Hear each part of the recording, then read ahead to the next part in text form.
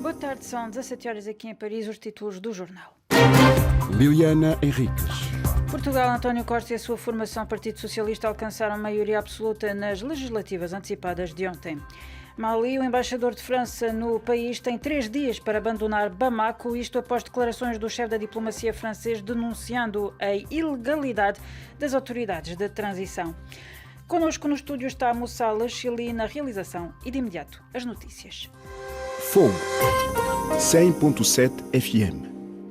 Abrimos com a atualidade internacional e mais concretamente Portugal. O primeiro-ministro cessante António Costa e a sua formação, o Partido Socialista, alcançaram maioria absoluta com 13 pontos percentuais a mais do que o segundo partido mais votado, o PSD, nas legislativas antecipadas de ontem. Este escrutínio tendo colocado em terceiro lugar no Parlamento o partido de extrema-direita Chega. Reagido ontem a esta vitória, António Costa disse que esta será uma maioria de diálogo. Eunice Lourenço, editora de política do Jornal Expresso, considera que este resultado é surpreendente.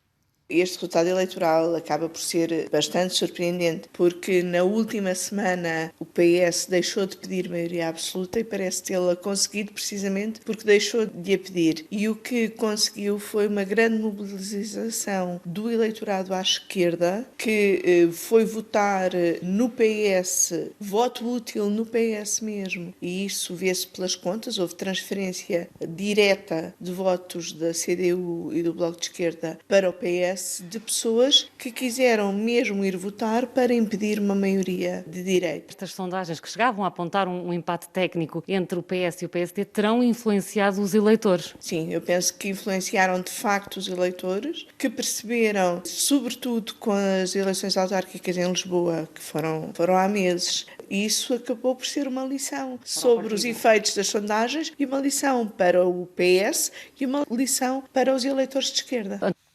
Era Eunice Lourenço, editora de política do Jornal Expresso, que voltaremos a ouvir dentro de instantes no espaço convidado. Ucrânia, o Conselho de Segurança da ONU reúne-se hoje a pedido dos Estados Unidos para abordar a crise ucraniana. Foi, entretanto, confirmado hoje que os chefes da diplomacia russa e americana vão ter uma conversa telefónica amanhã no âmbito das discussões em curso.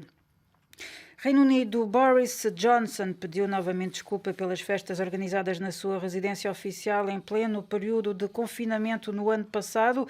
O chefe do governo garantiu ainda que aceita as modificações preconizadas pelo relatório resultante do inquérito interno aberto há dias e entregue hoje, depois de estalar o escândalo na imprensa britânica. Este relatório, que era muito aguardado, aponta falhas de liderança e o consumo inapropriado de grandes quantidades de álcool no local de trabalho. Afeganistão, no novo relatório divulgado ontem, a ONU acusou os talibãs e seus aliados de terem morto mais de uma centena de antigos funcionários do governo, das forças de segurança afegãs, bem como de afegãos que trabalharam com as forças estrangeiras. Este documento foi desde logo rejeitado pelos islamistas no poder no Afeganistão.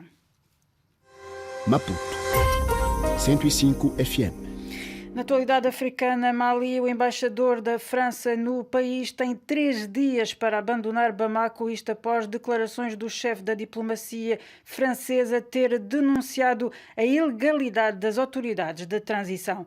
Mais pormenores com Miguel Martins. O comunicado do governo maliano foi, entretanto, lido na televisão de Estado e afirmava que, citamos, esta decisão vem na sequência das declarações hostis e ofensivas proferidas recentemente por Jean-Yves Le Drian e na sequência da repetição de tais afirmações pelas autoridades francesas em relação às autoridades malianas, não obstante os múltiplos protestos emitidos. Fim de citação. Nestes últimos dias, nos meios de comunicação social franceses, o chefe da diplomacia de Paris tinha denunciado o caráter ilegítimo das autoridades de transição e a respectiva fuga para a frente. Ele tinha-se também afirmado convicto de que o grupo privado russo de forças paramilitares Wagner já estaria a operar no Mali e que estaria, voltamos a citar, a proteger as autoridades em troca da exploração das riquezas minerais do país. As afirmações em causa são vistas por Bamako como contrárias ao desenvolvimento de relações amigáveis entre nações. As autoridades malianas afirmam-se disponíveis em manter o diálogo e prosseguir a cooperação com o conjunto de parceiros internacionais, incluindo a França, mediante o respeito mútuo e na base do princípio da não ingerência. Nos Camarões, os 4 semifinalistas do Campeonato Africano das Nações de Futebol já são conhecidos: Camarões, Egito e Senegal, Burkina Faso. Os Camarões, comandados pelo selecionador português António Conceição, vão defrontar o Egito, treinado pelo também luso Carlos Queiroz, que derrotou Marrocos por 2-1.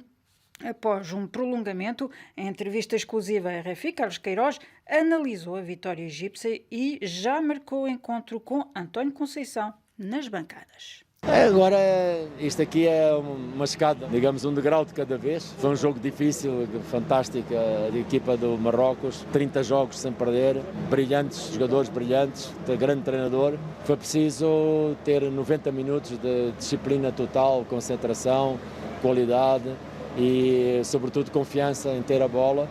Eu penso que no final nós merecemos ganhar o jogo. Agora vai ser um jogo frente aos Camarões e frente a outro treinador português, António Conceição. Exatamente. Acho que é melhor ficarmos os dois na bancada e deixá-los jogar. Era Carlos Queiroz, treinador português do Egito, entrevistado pelo nosso enviado especial Marco Martins, que voltaremos a ouvir mais adiante no Magazine Desporto. Angola, o Conselho de Ministros angolano aprovou hoje a proposta de aumento do salário mínimo nacional na ordem dos 50%, que deixa de fora titulares de cargos de políticos, lideranças e chefias. Esta medida, que visa devolver algum poder de compra às famílias angolanas afetadas pela crise económica resultante da pandemia, foi anunciada na sexta-feira pelo presidente João Lourenço.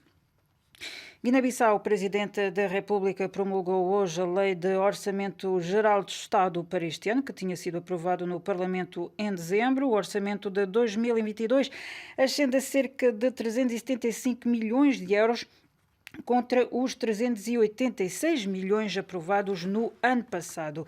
Deste valor, mais de 56% destinam-se às despesas correntes como salários, bens e serviços, nomeadamente 29% a despesas de investimento e um pouco mais de 14% a encargos do Tesouro Público. Moçambique, o comandante-geral da polícia anunciou o abate no sábado pelas tropas moçambicanas e ruandesas de um importante líder jihadista tanzaniano no distrito de Macomia, em Cabo Delgado, no norte do país. Entretanto, e paralelamente, o governo provincial de Cabo Delgado anunciou que 14 escolas dos distritos de Palma e Mocímboa da Praia voltam agora a funcionar após terem estado encerradas durante mais de 2 anos devido à Covid e ao terrorismo. Quênia, 6 pessoas morreram e outras 7 ficaram feridas com a explosão hoje de um engenho desplotado pela passagem de uma carrinha no nordeste do país, perto da fronteira com a Somália, segundo anunciou a polícia queniana. O ataque não foi para já reivindicado.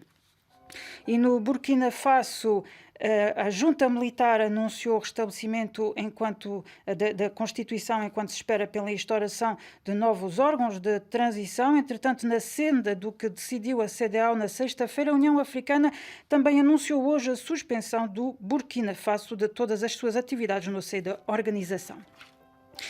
Entretanto, no domínio cultural, Salvador Sobral apresenta esta noite um novo disco em Paris, na Sala da Cigale. BPM foi gravado no início do ano passado no Le Manoir de Léon, no estúdio francês. Ouçamo-lo em entrevista com Ligiange. Nós vimos todos do jazz e do mundo do jazz, toda a banda, faz com que cada concerto seja sempre diferente. Há muita improvisação, muita comunicação entre os músicos e liberdade. Não quero nunca repetir-me, senão vou morrer do tédio. A ideia é sempre, cada concerto, procurar soluções novas, procurar comunicar uns com os outros de maneira distinta e até com o público. O público é sempre diferente, portanto o público dá energias diferentes e dá estímulos diferentes à música. Portanto, a cada concerto é sempre uma aventura de liberdade, comunicação e interação. Já há uma canção no disco anterior, do Paris de Lisboa, há uma canção que se chama La Souffleuse, que a minha namorada Gemma escreveu a letra. Essa sim poderá estar presente, por razões óbvias. E para o próximo disco também já escrevi algumas coisas em francês que gostaria no próximo disco.